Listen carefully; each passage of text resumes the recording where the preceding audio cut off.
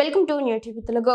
తెలంగాణలో AP deputy CM Janasena అధినేత పవన్ కళ్యాణ్ ను లక్ష్యంగా చేసుకుని కొందరు రాజకీయ నాయకులు చేస్తున్న వ్యాఖ్యలు సరైన పద్ధతి కాదని ఆంధ్రప్రదేశ్ ముఖ్యమంత్రి చంద్రబాబు హితవు పలికారు. ఇలాంటి మాటలతో అనవసర సమస్యలు సృష్టించవద్దని, ప్రజల మధ్య విద్వేషాలు రెచ్చగొట్టే ప్రయత్నాలు ఫలించవని ఆయన స్పష్టం చేశారు. అంటే ఇది కూడా కరెక్ట్ కాదు. ఇప్పుడు నేను తమిళనాడులో పోయి క్యాంపెయిన్ చేయవచ్చా?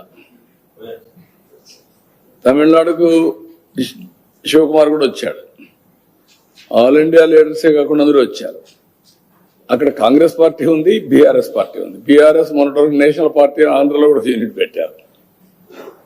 ఎందుకు మాట్లాడతారో నాకైతే అర్థం కావడం లేదు. కరెక్ట్ కాదు. ఏదైనా సరే కొన్ని ప్రజాస్వామ్యంలో అమెరికాలో తెలుగు వాళ్ళు సెనేటర్స్ అవుతున్నారు, ప్రపంచం అన్ని దేశాల్లో అవుతున్నారు, ఒక అమెరికాలో కాదు. ఎవడైతే బెటర్ సర్వీస్ చేస్తారో వాళ్ళు ఆటోమేటిక్గా అవుతున్నారు. ఆస్ట్రేలియాలో అవుతున్నారు, యూరోప్లో అవుతున్నారు, అక్కడుండే రాజ్యాంగ ప్రకారం లండన్లో అవుతున్నారు.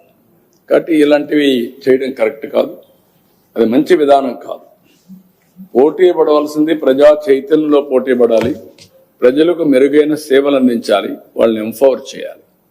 ఇలాంటివి మాట్లాడి లేనిపోని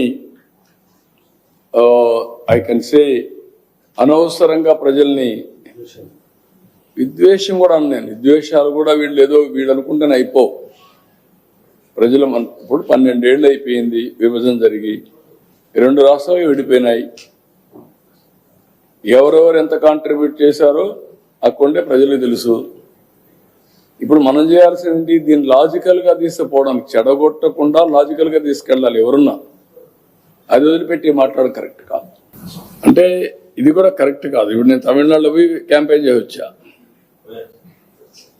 తమిళనాడుకు శివకుమార్ కూడా వచ్చాడు. ఆల్ ఇండియా లీడర్సే కాకుండా అందరూ వచ్చారు.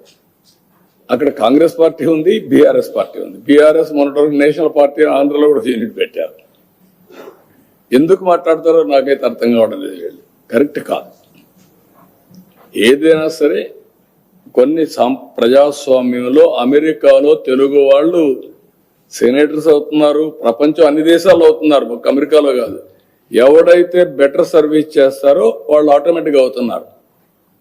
ఆస్ట్రేలియాలో అవుతున్నారు, యూరోప్లో అవుతున్నారు, అక్కడుండే రాజ్యాంగ ప్రకారం లండన్లో అవుతున్నారు. కాబట్టి ఇలాంటివి చేయడం కరెక్ట్ కాదు, అది మంచి విధానం కాదు. పోటీ పడవలసింది ప్రజా చైతన్యంలో పోటీ పడాలి, ప్రజలకు మెరుగైన సేవలు అందించాలి, వాళ్ళని ఎంపవర్ చేయాలి. ఇలాంటివి మాట్లాడి లేనిపోని ఐ కెన్ సే అనవసరంగా ప్రజల్ని విద్వేషం కూడా అన్నాను. విద్వేషాలు కూడా వీళ్ళు అనుకుంటేనే అయిపో. ప్రజలు ఇప్పుడు 12 ఏళ్ళు అయిపోయింది విభజన జరిగి, 2 రాష్ట్రాలు విడిపోయినాయి. ఎవరెవరు ఎంత కాంట్రిబ్యూట్ చేశారో అక్కడే ప్రజలకు తెలుసు. ఇప్పుడు మనం చేయాల్సింది దీన్ని లాజికల్ గా తీసుకుపోవడానికి, చెడగొట్టకుండా లాజికల్ గా తీసుకెళ్ళాలి. ఎవరున్నా అది వదిలిపెట్టి మాట్లాడడం కరెక్ట్ కాదు.